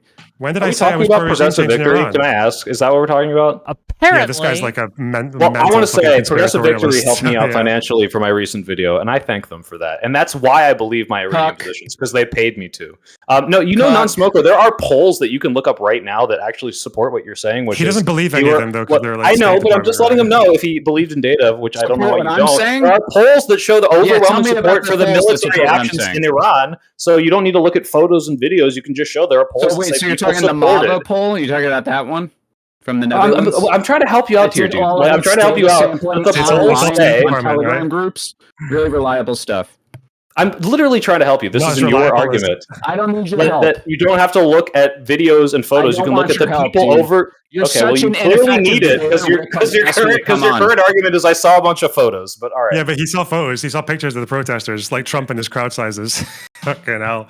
I'm also just going to say, coming back to talking about Iran's intentions and their ideology, there's nothing more charming than like white Westerners trying to like impose their own ideas on what a foreign regime believes and what they commit to. Iran does want to destroy Israel, like just because I don't know how direct you have it to say when you've got like Khomeini every year at Quds Day, which was, it was an Iranian holiday, by the way, where they say that the Zionist regime is a cancerous tumor. It's a cancerous entity in the Muslim world that should be eradicated, where you've got Ayatollah Ruhollah Khomeini in the 70s in the Governance of the Jurists describing them as wretched, the Jews that started the State of Israel. The fact that even when they were going along with the JCPOA, all of which had restrictions which were temporary, by the way, temporary restrictions, the sanction relief was not temporary, if you bothered to read the thing. And when they went through with the JCPOA, they were still under fire constantly, because the whole point of the JCPOA was supposed to be assuring the world that they did not have intentions to carry out wars of annihilation against other countries. And even though they joined the JCPOA, which also involved sanction relief to do with ballistic missiles, like they were happening side by side, and they went and tested a bunch of ballistic missiles and said, yeah, these missiles, they've got Israel's name on it. We're testing the range for Israel, the entity, which will be destroyed one day. And we have a fucking clock that counts down to the destruction of Israel in 25 years, which they first said in 2015. So yeah, I don't know why you have to like superimpose your fantasies onto Iran. It's interesting because before you dismissed the clean break memo as not being like an explicit outline of foreign policy, but you're taking the Ayatollah's statements at certain events and saying, oh, well, that clearly demonstrates Iran's desire to destroy Israel. But you're also ignoring tons of statements from Netanyahu about comparing Iran to Nazi Germany, speaking at the UN General Assembly, saying that the hour is getting late. We have to stop Iran's nuclear weapons program before it's too late. By the way, that was fucking 13 years ago, you know, inching us ever closer to war with Iran to take out the regime there. Like, that's been a consistent plan from the Israeli state for quite some time. Yet you seem to think that, you know, those statements aren't an indicator that Israel has some aggressive stance towards Iran, and Iran is just responding to that. No, I think Iran is just responding to that. No, the Iranian regime change happened in 1979. I'm aware of that. The Ayatollah, from day one, from the Governance of the Jurists, said that Iran was primarily, the Muslim world was primarily at war with the Jews. I can find that for you if you want, if you don't believe it. And they saw that Israel was an entity of wretched Jews who, with American support and with support from the great Satan, was able to corrupt and fracture the Muslim world and should be eradicated. Do you think those statements were made by the new Iranian regime just because of like an inherent anti-Semitism, or do you think that there's like historical, you know, sort of precedent for the fact that they view Israel as like an illegitimate state, which was established by Europeans as like a settler colonial project? Yeah, that's a really good question. So I'm going to read the sentence from Vilayat al-Faqih, and you can tell me if it is anti-Semitic or anti-Zionist. Okay. From the very beginning, the historical movement of Islam has had to contend with the Jews, for it was they who first established anti-Islamic propaganda and engaged in various stratagems, and as you can see, this activity continues down to the present. Later, they were joined by other groups who were in certain respects more satanic than they. These new groups began their imperialist penetration of the Muslim countries about 300 years ago. Do you call it anti-Zionist or anti-Semitic? I consider he's fucking molding. Okay. I'll let you respond. I'll let you respond. Hold on. I'll let you respond. Then we're gonna get to Bito. Then we'll get to Tim. We're gonna let them in a little bit and go. So go ahead, respond. Then we'll get the other two. I'm not even disputing the fact that that statement is anti-Semitic. I just don't think that anti-Semitism defines Iran's foreign policy stance towards Israel. They look at Israel as a hostile threat to the legitimacy of the regime because they are. Israel and the United States, as a power working hand in hand, have always sought to undermine every state in the Middle East and its sovereignty because they want a stronger Israel, because a stronger Israel means a stronger U.S. presence in the Middle East. Do you think it's a total coincidence? Because you keep talking about clean break, and I guess you don't understand the difference between wanting to destroy a country and wanting regime change in a country that's trying to destroy you. Is there a coincidence that every country that Israel seems to want to... When was that written? That's from the 70s, 79. So do you think something from 50 years ago is relevant to the world we live in today? Well, you know what totalitarian regimes work, right? I'm asking you a question. Yes or no? Do you think something written 50 years ago is, oh, hey, look, I have this 50-year-old document. This is exactly what's going on in the Middle East right now today. Well, given that the same rhetoric has continued to this day. The Quran was written almost 1,000 years ago. Yeah, especially, this is like the document is the Ayatollah's foundational principles of Islamic government, which is still adhered to this day by the Iranian regime. It's the same regime. Okay, so this 50-plus-year-old document is still what's driving what's going on today. So What's your solution to this problem? If 50-year-old documents are solving it, let's come up with a solution that says, this is how you fix it today. Because I'm really tired of dealing personally with crap that's kind of left over from the World War II era and sort of the 20, 30 years after that. You know, it's 2025. We should be able to come up with a freaking solution to these problems that doesn't live in the last century. Personally, Or I think before. with Iran, the best thing that you can do is stop them from being a threat to other countries, and stop the proxies and stop the nuclear and ballistics threat. That's all you can do. You cannot do like foreign imposed regime change on Iran. It's too diverse. There's actually too much of a risk that if they had killed the Ayatollah, for example, the problem there is that the IRGC has invested so much recently, unprecedented numbers, in indoctrination because of the fear of unpopularity. So the result of that is that they've ended up taking their youth members, the latest generation, and spending so much But they're so investment unpopular. nothing They're I so said was unpopular. nothing They're I so said was unpopular. So if if they're nothing so I said was unpopular, incompatible with why that. wouldn't? But wait. If they're so unpopular, why wouldn't taking the regime out be hugely popular? Why wouldn't the people in Iran just celebrate that and go along with whatever Western bullshit is imposed on them? Okay.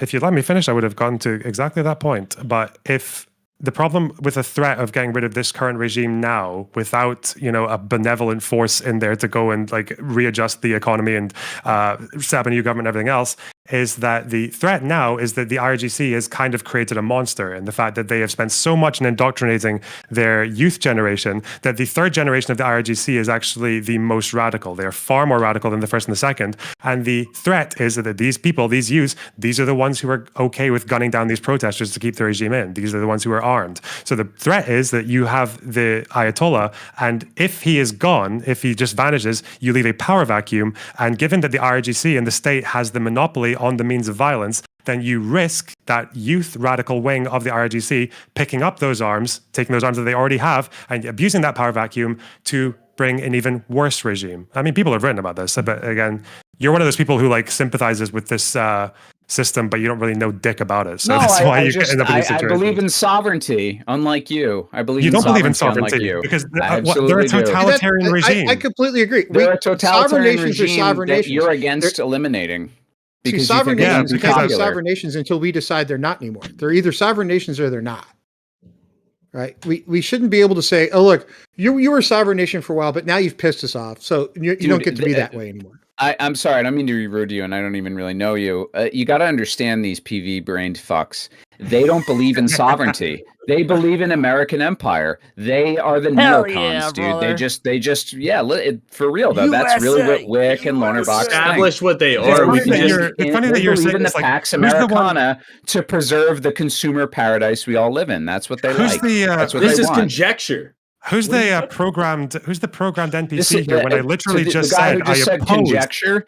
This is from years of debating these fucking people and listening to all these He arguments. has time and videos time of and it time happening, again. Lonerbox. I mean, apparently you're I not do, What I they listening. actually are do. doesn't matter because I actually all we have a have to ton of do is evidence. dissect their arguments, and their arguments are the only things that they can be. Dude, I don't know. listen held to the accountable arguments for. they're making. Listen to the I arguments am. they're making. Well, I'm listening to them Non-smoker- from the lenses I've never heard them. Okay, Not let this me is ask- me let me ask eliminating this. them. Let me Apparently, ask you a you're question. apparently, non-smoker, you're not listening though, because I literally just said I don't support foreign imposed regime change and people blasting power Okay, vacuums into Lonerbox. Iran. Fair Because enough, as fair I was enough. about to say, I was literally Okay, saying go that on. if there's going to be regime change in Iran and the way that country works, it has to come from within. It cannot be imposed by Western powers. So listen, talk about listening to what we're saying. Lonerbox, You did not listen to what I was saying. Let me ask you a question.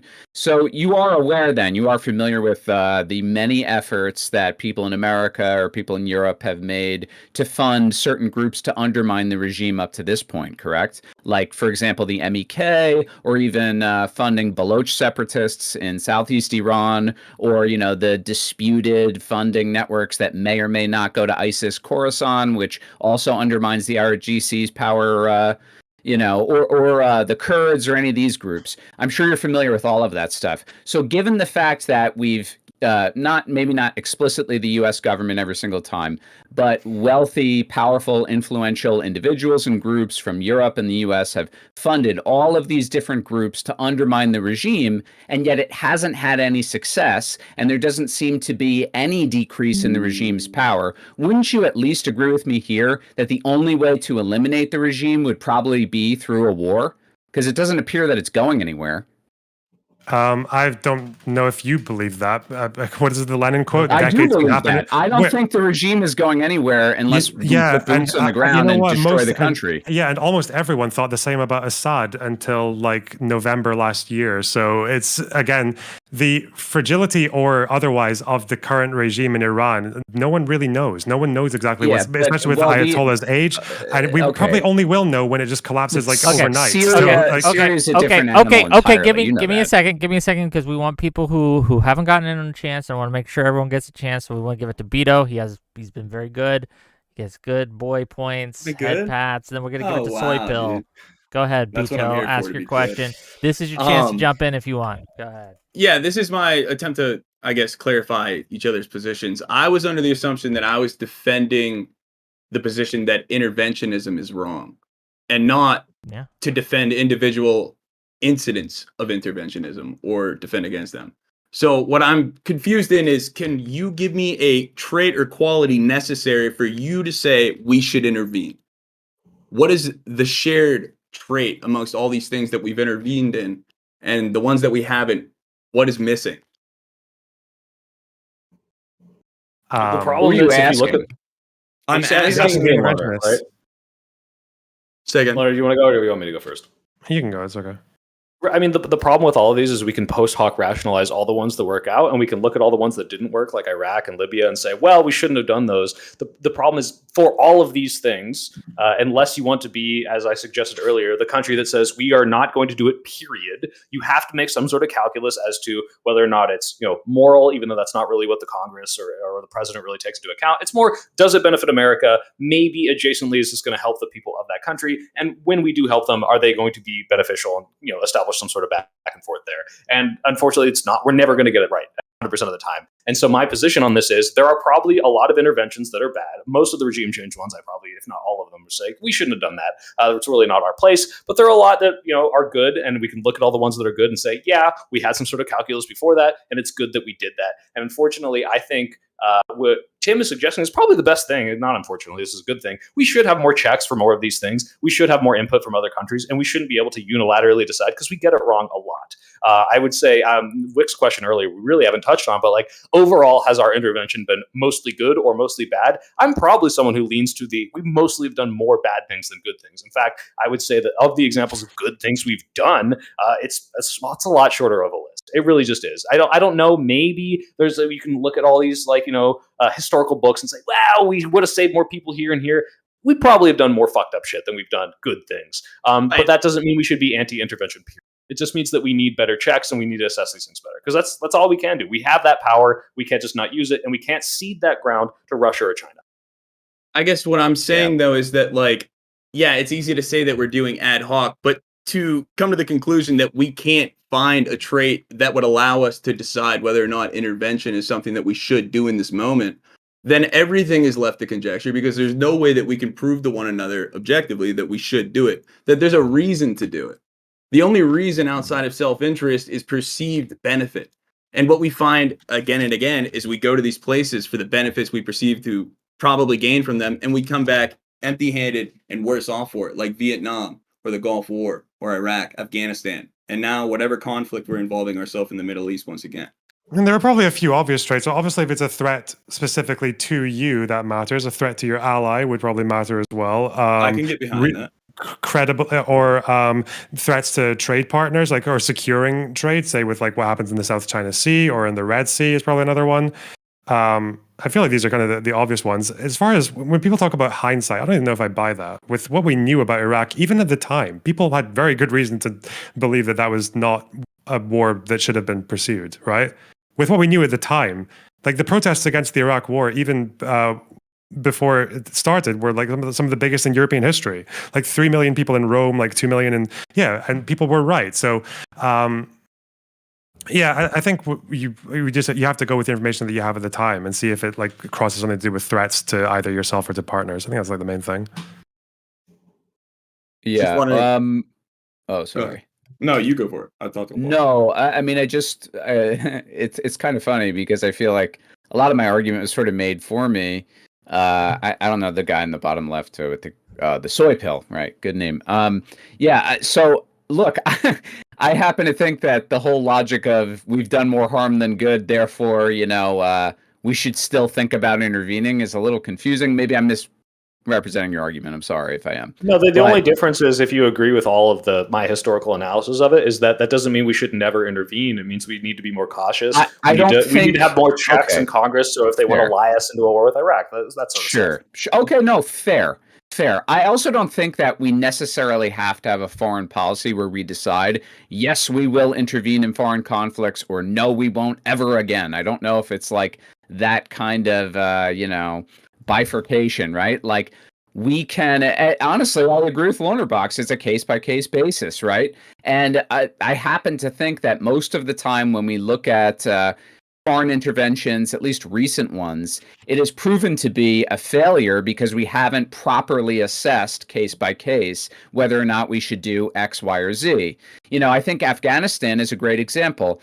Right following 9/11, the American people were furious and angry, and understandably so. And because of that, that drove our foreign policy decision right after 9/11 to go into Afghanistan without there being like a real coherent understanding of, is this the best way to respond to this? Do we really need to invade and overthrow the Taliban and, attempt to lock down a new government in this country and secure it for 20 years and spend $2 trillion all to just leave and then have the Taliban come back, 2 weeks later? I mean, I think we do need to have intelligent, thoughtful discussions about this stuff before we just send soldiers in. But it seems to be that like the part everybody's missing here is that the driver behind military intervention often is different lobbying interests who have an interest in war, right? So like in the Iraq War, there were a bunch of people who stood to profit from that. Weapons manufacturers, people who wanted to do oil speculation, et cetera. And the same is true with the Ukraine war, and the same is true with the Iran-Israel conflict. There's always people who their interests are not the same as the American people, and they're going to really push for war and regime change, whether or not it's a good idea, because they're going to profit off of it. I think that's kind of an oversimplification, even though I probably agree more than I disagree. I don't think we're in Ukraine.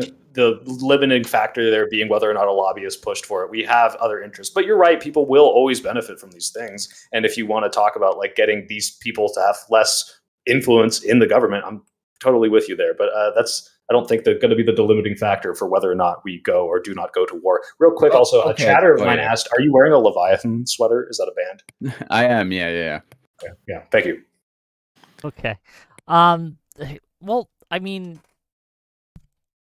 does everyone kind of agree with Soy Pill's take here? Then the U.S. intervention has been more negative than it's been positive in the since post World War II? Yes. I think a better way to look at it might be compared to what other like major powers. I mean, like America's done a lot of fucking really stupid shit in terms of intervention. But compared to what other major power that engages in intervention, like what good intervention has Russia done ever in the world? What good intervention has Iran done? Because they actually pursue proxies like all over the place. They've had proxies in Lebanon, they have proxies in Iraq, they have proxies in Yemen, and they've done fuck all. The entire region despises them in the Arab world because of how much damage they've inflicted. So, but you can't really compare us to people that are potentially worse actors. The question is, did we do more good than harm? Also, this is the calculus, and I brought this up earlier, that what if we had not done this and China or Russia were able to go in? I think you might have a solid argument as to whether or not they would have done something even worse. I mean, if you look at the USSR and the way that they proliferated more like dictatorial and totalitarian governments, yeah, sure. But the argument is like we're holding ourselves to our own standard. In most of our intervention, I would say, or at least a majority of it, or holding ourselves to our own standard, are bad.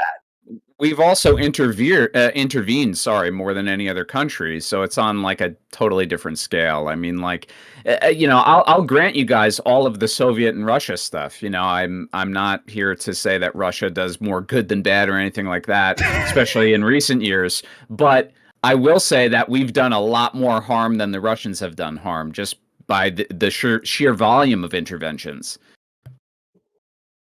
What was No the one going to put USSR it- but a do bunch I of have to I'm step not in to sure push I against agree with that? that. Like the Russian role in like Syria, or even in Libya, because again, like the American contribution and the NATO contribution in Libya was literally because Gaddafi was rolling tanks towards Benghazi and spewing a lot of rhetoric that did kind of sound like he just wanted to exterminate his opposition, and and then they bombed them, Yeah, and then but- obviously Libya turned to shit, and we don't know what it would have been That's like. the problem. Well, we don't know what it would have been like had Gaddafi gone into Benghazi, right? Given But with what he was also- saying and how the war would have Yeah, gone but then. that doesn't In any case, but you're acknowledging it doesn't justify the intervention at the end of the day. What turned out in Libya to be Libya, look, for all of Gaddafi's failures and problems, and he was obviously a dictator and all that stuff. I mean, Libya was a functioning state under Gaddafi at the very least, and what they have now is a failed state disaster with. do you think Libya was overmarked was Libya a functioning state when NATO started bombing them? When the no-fly zone came in? I'll grant you that it was degenerating into what could be deemed a failed state, but I would also say that I think the long-term goal of NATO, Israel, the United States was regime change in Libya regardless. So they found a moment where there was like an opportune time to strike, and they took it. Right, but In any the case, point of that and the failure of that. Yeah, Sorry, go ahead. but the thing is, like, despite the failure, because I obviously some of it was also just the fact that they completely underestimated the various strengths of the factions, and the UK actually got one of our terror attacks because of that, because we supported that fucking Abadi kid who did the Manchester bombings. A lot of people don't know that. But yeah. Compare that to Wagner's influence in Libya, which is just to support General Haftar and actually have like people benefiting from those open slave markets. Again, even with like Libya, which is a catastrophic failure of Western intervention, like somehow Russia did it worse and for worse reasons. So I don't know. Yeah, it's also to ignore like Chechnya, Georgia, Moldova, like sure, but can you really compare all like okay. I guess it's hard to like measure the degree to which one is worse than the other, but I'd just say Iraq and Afghanistan in general and the many exogenous problems which came about as a result of both of those things. In terms of like scale, I don't see how as bad as Russia's interference in Libya would be. Russia and Syria, they intervened to help Assad in 2015. Yeah, just real quick. No, I'm aware of that. Go on with. Yeah, sorry. non-smoker, right? Because I have a question. Because your principle here, or at least what you're trying to argue, seems to be that America has done it more and done it worse in general, right? And it is because it has more reach and has done it more often and has done it worse. Can you name a country post-World War II that has intervened in a hot zone, to stop a genocide, what have you, right? To intervene in another country and with their military that has done it better than the U.S., that has done it in a less harmful way than the U.S.? I don't know. It's an interesting question. Because again, I don't think that anything compares to the scale of what the U.S. has done, and I think only the Soviet Union comes close. And I would say that the Soviet Union did a lot of harm as well. So I'm trying to think like what you're talking about a time period where the world is essentially divided between two major powers. And you want me to try to come up with an example of another country that intervened and did it better? I don't know if I have one off the top of my head. I just need one. I think the UK got the Falkland Islands really good. I think they did a good job with the Falkland Islands. I think China's doing a great job with Africa right now.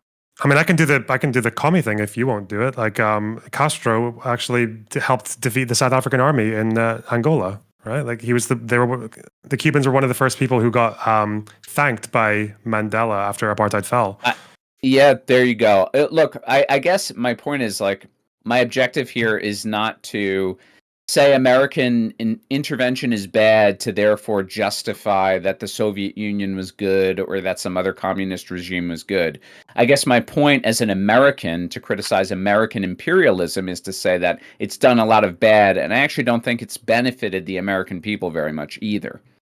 Yeah, and to add to that, non-smoker, as a little bridge build here, it's like, yeah, you can look at other countries potentially doing it worse. I think I was joking about the Falkland, but maybe like the Boers and Rhodesia might have been a good example of intervention, better than some America things. But the point is that we're not holding ourselves to the standards of what other countries would do, unless we're looking at it in a way that, hey, if we didn't do anything, they would do it instead, and therefore we're the best option. It's more of, what have we done? How can we be a better country? Because we have done a lot of bad, and we don't want to keep doing bad. That variable, Soy Pill, is important, and I think Lonerbox has mentioned it several times, and it's worth looking into. Like, for example, if we divested, right, from Israel, for example, right, do you think that Israel wouldn't seek other people to invest in them? And do you not think that us having some form of influence sure. better than I agree. China, or better than... It's always going to be in our best interest options to be the ones who get to be the power distributors. Yes. In the same way, for U.S. aid, being the world's ATM is a good thing. It's Yes. good for us to be the negotiators because it's in our best interest. The question is,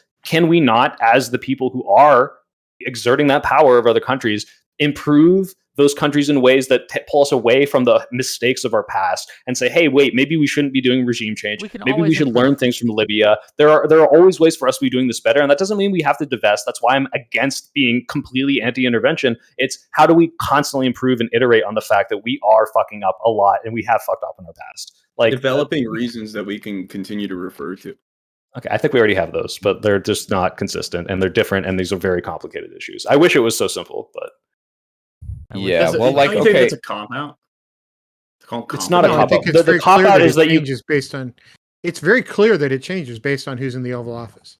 I mean, it's just anybody who looks at history and says, "Oh, it's always the same, no matter which party or president is in there," is just lying, because it is very clearly different based on who's in the Oval Office. Because Trump and Biden, and it's just not the same. But Bodhi, you can say you're anti-regime wait, change. hold on. Are you anti, Nazi Germany? That was a regime change. We did that. We completely imposed all of our loyalist people into the West German government. Like, this is a thing we did, and obviously that's an easy example. It's like, in hindsight, most reasonable people look at that and say, "Good, we got rid of the Nazis." But that, like, you can't just can I ask you explicitly have something some set about of that? rules. It just doesn't work like that. Do you think that, I mean, you are aware, like, that's really not why we entered the Second World War, was to institute regime change in Nazi Germany, right? No, it wasn't the ultimate entered the Second World justification. War. Well, because we were attacked. Yeah. That's the main reason. Right. And I guess my point in saying that is not to say America did something bad or whatever, by interfering in the European theater. And I would say the Soviets are primarily responsible for destroying Nazi Germany. But be that as it may, I would say that this whole idea that America goes out into the world, ventures out, and we spread our political system by changing regimes and therefore making good regimes, more good regimes than bad regimes, and that makes the world a better place.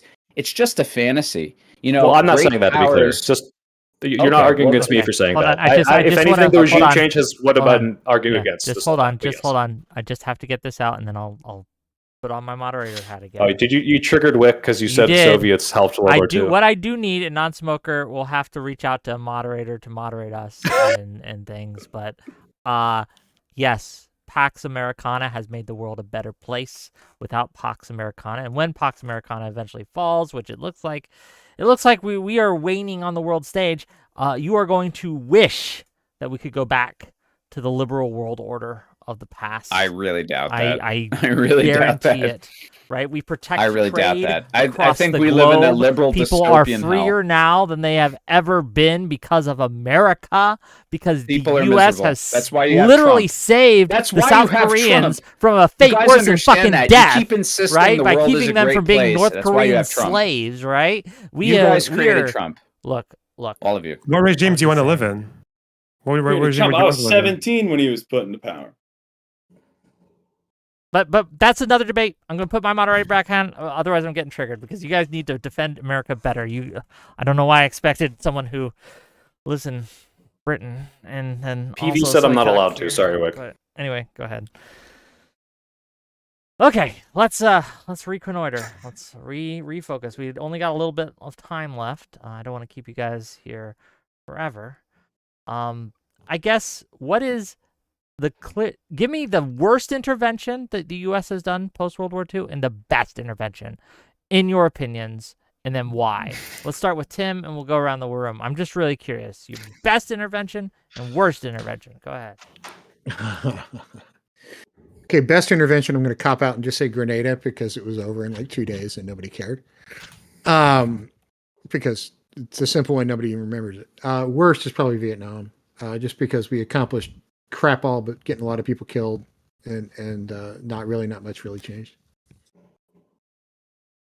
Okay, Soy Pill. Yeah, I don't want him to hold me to this as the absolutist, but just off the top of my head, obviously, I think one of the best, if not the best, was the Bosnian intervention of stopping one of the worst, ethnic cleansings. And they love us for a reason. It's because we did a pretty damn good job there. Although Serbia hates us, they still are surviving. I don't know if you'd call that a regime change with Milosevic going away, but regardless, I think that was probably the best. The worst off the top of my head also would be then the real 9/11 of 1973, I want to say, with Allende and replacing him with Pinochet, this horrible, awful dictator, helicopter pusher outer, and executioner in stadiums. Man, I think that was awful. It's one of the many awful South and Central American regime changes we have done. But Vietnam, death toll wise, was probably. Okay, Bito. I'd say the best intervention we've had since World War II would probably be South Korea. If we look at the difference between like how developed the nations are, north and south of the border, South Korea is doing great economically and culturally. And then the worst would most likely be Afghanistan. We were in Afghanistan for no other reason than to be there. When I was in the army, they sent my unit there, and when they came back, they'd done nothing but sit there and get RPGs launched at them. This was in 2016 to 2019, so things might have been different, but thank you for your service. I will say that. I appreciate the support. Okay. I just not you, Wick, though. Not me. Not you. Fair enough. I just Air failed to Force see doesn't it. really count. I mean, Lonerbox. What do you think? Worst one, since it hasn't been said yet, is probably the Yemeni civil war. Turns out Saudis can't really be trusted with weapons. It's kind of fucking mental, and that blockade was kind of insane. The best one, I was going to say Kosovo initially, but I'm actually going to change my answer and just say that those B2 runs over Iran were very fucking impressive. That was some cool shit. A little early to and say also, that, right? my Mossad handlers are paying me handsomely for that. It's not still intact. Literally, no one is saying that anymore. But okay. Tell PV to get the check Lots of down. By the people way, saying they have it. not paid. Oh me yeah, for the saying Mossad that yet. handlers are. It's that whole thing where people are like confusing the fact that they can go back to enrichment within a few months versus how far back the program is set, right? Like if I spent 2 hours making a fucking cake and you destroy it on the second hour, I can get started on it again in 5 minutes, but that doesn't mean I haven't been set 2 hours back. It's silly. Yeah. Read the reports. Let's go to non-smoker. The best and the worst. Post-World War II. Oh, God. Yeah, I mean, the worst I would have to say is the Iraq War. Just in terms of number of people killed, especially innocent people, documented war crimes, the creation of ISIS, etc. I would say the Iraq War for sure, and basically zero justification. And the best, I don't know. I feel like you guys might push back on this. I would say the Suez Crisis. Pushing back France, Israel, etc. I would say that would be the best. And Wick, I know you like defending Pax Americana, but you notice all of us had a different awful thing America has done. The question is, would the world be better off with or without America? You can list 10,000 awful things that America has done, and I could agree with every single one. But the question becomes, overall, on the balance, if America was isolationist and did none of those things, would the world be better or would the world be worse? And my argument is the world would be worse because you can do 1,000 bad things, but they can be outweighed. There is a balance sheet here, and we can view the good actions and the effects that those have had, and they can outweigh the bad. And I would argue that in most cases, America has done well. But Wick, can you name 5 good interventions that haven't been named yet? That haven't been named yet. If I took time to think about it, yes, I probably could. Okay, well, the intervention that we ran on your mom last night was great. Okay, we caught the whole Marine Corps, and we all took turns. Okay, it was great. It was Wow. wonderful. Some B2 bombing runs right on. This the is a way of face. saying no. But by the What way. flavor of crayons were you guys eating? look, the problem is, like, it's when it comes to numbers, you can have 10 bad interventions, but they can be outweighed by one really, really important and really, really good one. I think that the most important one right now, which I fear we are failing at, is Ukraine. We need to do better there. It will be a stain on America if we withhold our aid to them and we do not intervene. And I think this is one of the main reasons that currently I am pro-American hegemony, because we need to be able to intervene, because Russia and China are rising and we're going to be facing more and more threats such as that. Ukraine is but the first, and we will be having more in the future. And so we need to rearm, repair, re-ready ourselves to frankly go to war with what we got. Okay, with that, I've kept you guys here long enough. I had a question for Wick, but ask away. I'll let it go.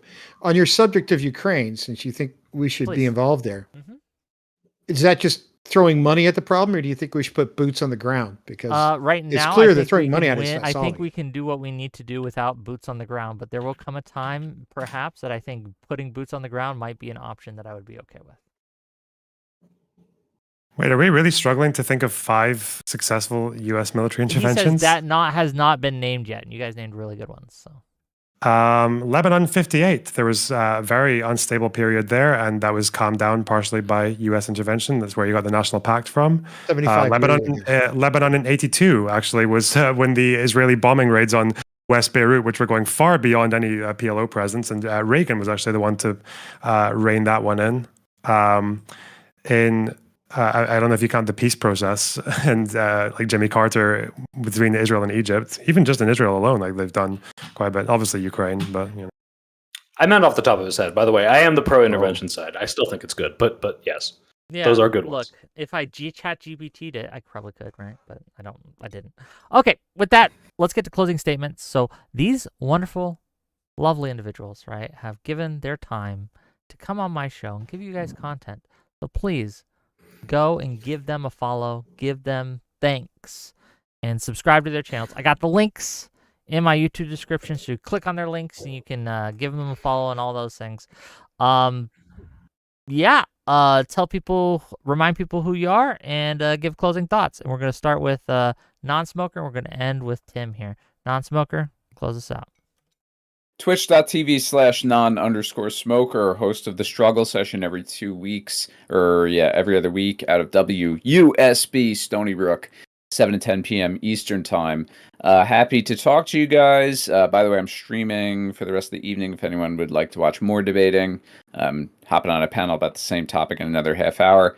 Yeah, I oppose regime change in Iran. I oppose U.S. involvement in such. I think that our involvement is inevitable. I think we're going to be pulled into a war. I think it's only a matter of time before boots are on the ground, and it's going to be a disaster, which ultimately will bring about regime change in the United States, which could be a bad or a good thing depending on your perspective, but guess we'll see. Thanks for having me on. Hey, thanks for being willing to jump on a little last minute. I appreciate you. Lonerbox. You can find me at youtube.com Lonerbox or Lonerbox Live /Shalom PV victory. I mean, not that. Whoa, jeez. Well, thank you for being here, Lonerbox. I really appreciate you. Hope you had at least somewhat fun this time. But let's give it to Bito. What do you think? I think I learned a lot. I think I need to do a better job at trying to communicate what I'm thinking. I think that it was a learning experience. I think everybody did a good job providing depth and clarity to their positions. But thanks for having me on. My only social I have is my Twitch. It's BIT0TV, and other than that, I don't have socials. Okay, So thank you for being here. Really appreciate you, sir. Soy Pill, go ahead. Yeah, on the Soy Pill, I stream sometimes. I mostly make video essays. YouTube, the Soy Pill, all 3 words, caps, and all of them. Yeah, just to wrap it up, I think if anything, we all kind of came together and said, you know what, sometimes intervening is okay, and that's kind of my whole point, was that we can't have these absolutist positions.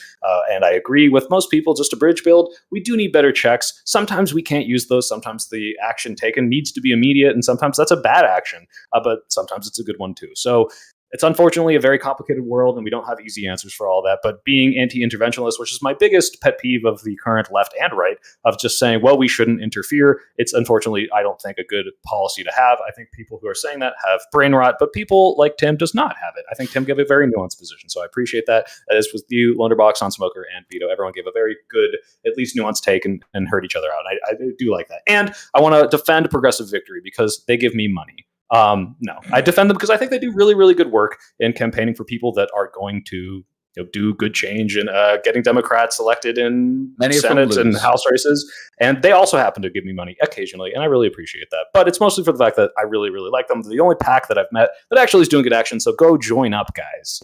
They're actually going out there and canvassing. Thank you. Yeah. Thanks for being here. I really appreciate you, Soy Pill. Thanks for coming. Last but certainly not least, Tim.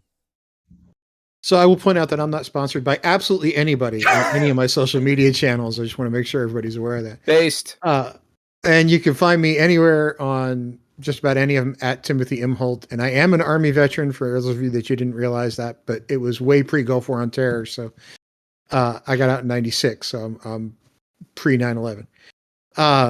But you can find me just about any of the socials at Timothy Imholt. And honestly, my position on interventionism is we need to stop doing it so frequently. It needs to be rare, and it needs to be supported by massive international coalitions. And we need to go in, unlike we did in Afghanistan, with a very clearly defined mission. Accomplish that mission and come home. And we suck at defining what the mission is these days, which is why I'm like getting to the point where I'm just like, we need to stop it. So that's me. Find me around. Check him out, gang. Okay, gang. Stop killing games. I don't know if anybody. I don't know what that was, but fair enough. We're not ending the stream, but we're gonna send all these people home, and then I'm gonna read super chats, and then I'm gonna rant a bit, because honestly, fuck sovereignty of other nations. America is the only sovereign actor on the world stage, and yeah, I don't believe in other countries. So anyway, thanks again. Wait, bye-bye, everyone. Bye, you. Thanks, man. Bye, you. Bye, you. Is it just me now? Okay. Beautiful, gang. Did you guys like that show? Did you enjoy it? Did you have a fun time? Have you liked this week of content? We've had quite the variety of shows, okay?